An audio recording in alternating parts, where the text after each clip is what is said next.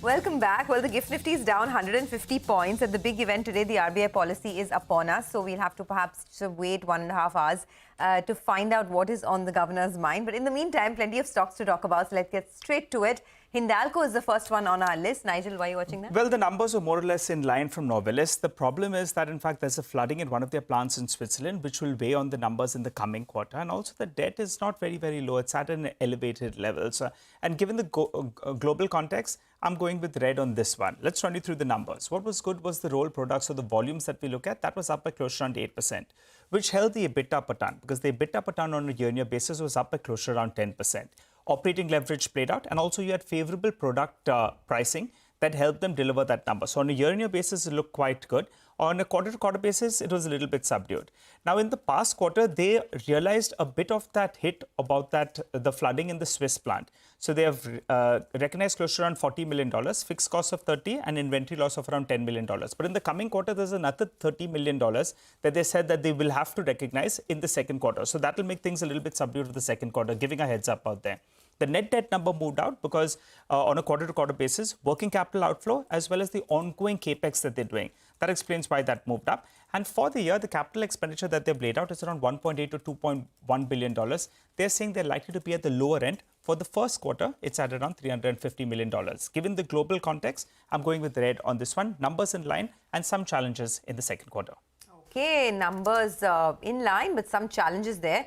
Let's go across to Mangalam. He's watching Godrej Consumer this morning. Mangalam, how did the numbers look? Good morning. So the numbers were a little mixed when it comes to the frontline headline reported numbers, but the internals had some positive data coming in as well. But given the sentiment, I'm going with a mild red. Won't be surprised if the stock recovers from the lows. So revenue have close to around 3,300 crores, in line with street expectations, mildly below of around 3,400 crores. EBITDA at 724 crores is, again, the street was working with a number of 750 crores. The net profit at 450 crores. Again, the street was working with a number of 475 crores. What was good was the India organic volume growth came in at around 8%, in line with street expectations.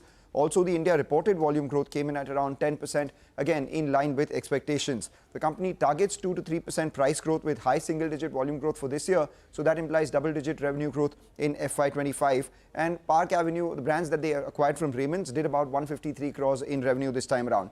The miss came in on account of a big decline in Africa on account of their business restructuring and some Naira devaluation.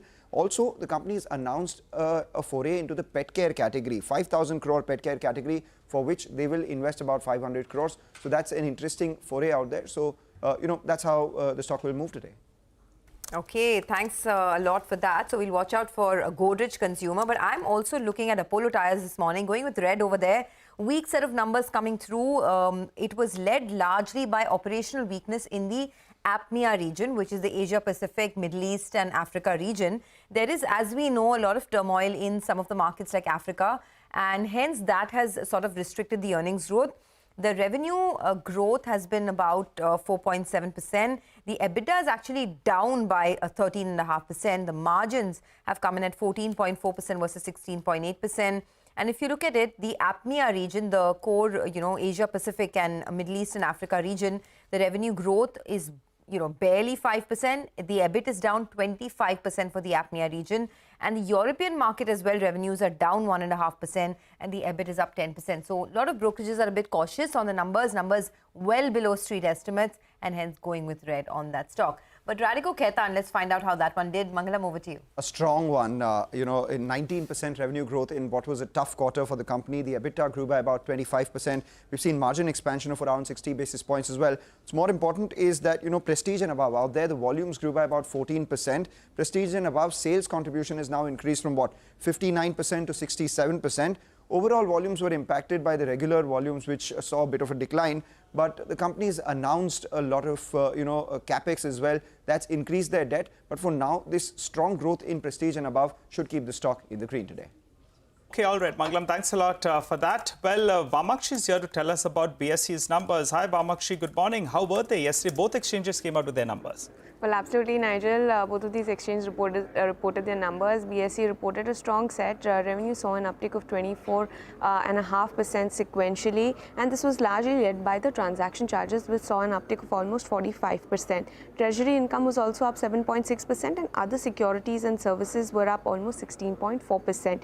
The EBITDA margin that has seen a very sharp jump from 19.7% to 46.7%, and this is largely being driven by a sharp fall of almost 53% in SEBI regulatory fees plus a 5% decline in admin and other expenses. Now keep in mind that in the last year the company had made a provision of 170 crores, and that is because the company was asked to pay regulatory fee to SEBI based on annual turnover calculated from the notional value as compared to the premium value that the company was paying. So on account of that, we are seeing a very sharp jump in the EBITDA margin. Resultantly, the EBITDA too has surged by almost 2 times sequentially to 284 crores, and the net profit has come in nearly 1.5 times higher sequentially at 265 crores. So overall, a strong set coming in for BSE, going with a green for this counter.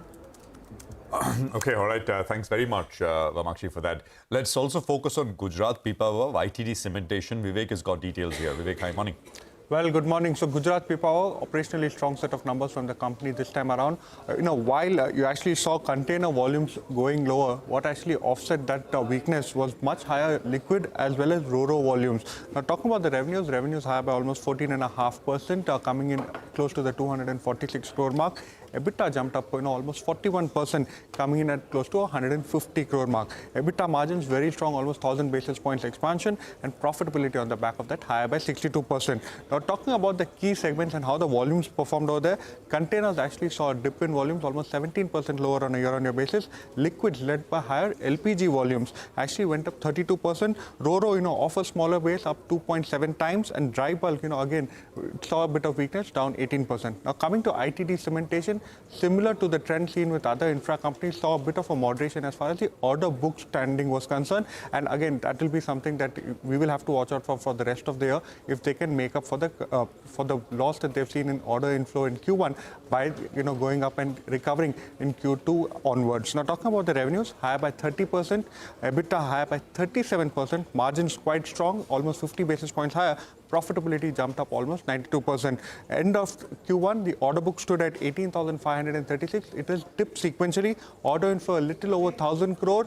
Now remember, the company has given order inflow guidance of close to 10,000 crore, 8 to 10,000 crore. So there will have to be some heavy lifting done over there. But a lot of the talk will be dominated by the fact that when will ITD, the Thai parent, actually exit the company, and who is the eventual buyer of that particular stake.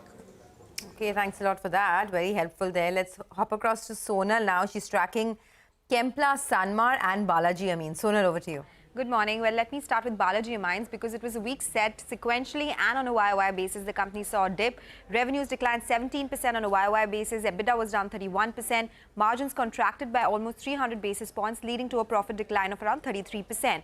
Volumes were up 5% on a YOY basis, in sequential basis, but realizations were hit. The company says it is because of lower raw material prices that the revenues took a hit.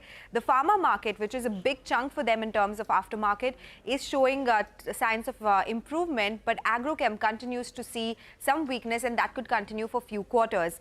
For Chemplast Sanmar, it was a good set sequentially and on a YOY basis. There was recovery. Revenues were up 15%. EBITDA came in at 124 crore rupees. Profits at 24 crore rupees. This compares with a loss last year. The company says it was led by improvement in PVC prices, largely due to a severe container shortage that was led by for cargoes led by China. And PVC prices, they temporarily revived during the quarter because of increased ocean freight. However, there is some slippage from those higher levels, but they continue to talk about higher capex going forward. Okay, all right. Thanks a lot for that. Well, let's hop across to Vivek. Vivek, another large trade you're tracking for today. Tell us more. That's right. So Protein eGov Technologies, the stock's done quite well in the last couple of trading weeks. So what we are expecting is that a large block, Standard Chartered Bank, that holds close to 3.1% stake, is looking to completely exit its stake via a block deal today. We understand that the price range for this particular offer is between 1750 to 1775 per share, and that implies that the total size of the equity at the higher end of the price band will be close to 222 crore. It's a clean out trade, so after this particular trade, Standard Chartered will not have any stake in the company. The broker to this deal is Spark Institutional Equities, going with the red, at the open. Will be interesting to see how demand pans out and whether the stock can recover after this particular trade takes place. Okay, well, that is the lowdown on all the stocks to watch. Here's a quick recap of our top stocks. Stocks with positive news flow. There's Radico, Khaitan, BSE, Godrej Consumer, ITD Cementation, and Chemplast Sanmar. While stocks with negative news flow, Hindalco, Godrej Consumer, Apollo Tyres, Balaji Amines, and Protean eGovTech. But let's also find out what's happening in the world of commodities. As always, this morning, Manisha Gupta joins in to give us a roundup of all the action there. Manisha, good morning.